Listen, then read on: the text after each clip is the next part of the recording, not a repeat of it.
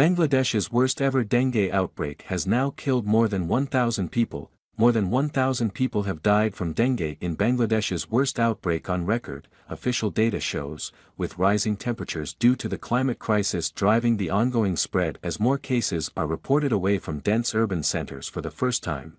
Since January, 1,017 people have died from the mosquito-borne disease, including more than 100 children, with infections rising over 208,000, according to figures from the Bangladesh Directorate General of Health Services released Monday.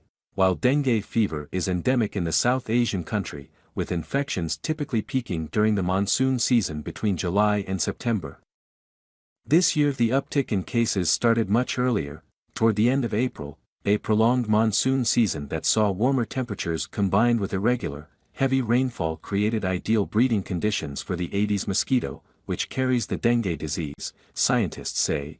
The influx of patients has strained the country's healthcare system and hospitals have faced a shortage of beds and staff to care for them. Local media have reported, fatalities from the outbreak are almost 4 times higher than last year, when 281 people died.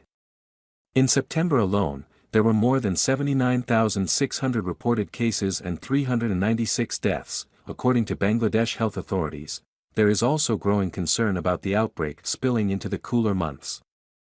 Last year, dengue cases only peaked in October with most deaths recorded in November. A viral infection, dengue causes flu-like symptoms, including piercing headaches, muscle and joint pains, fever and, in some cases, internal bleeding and death.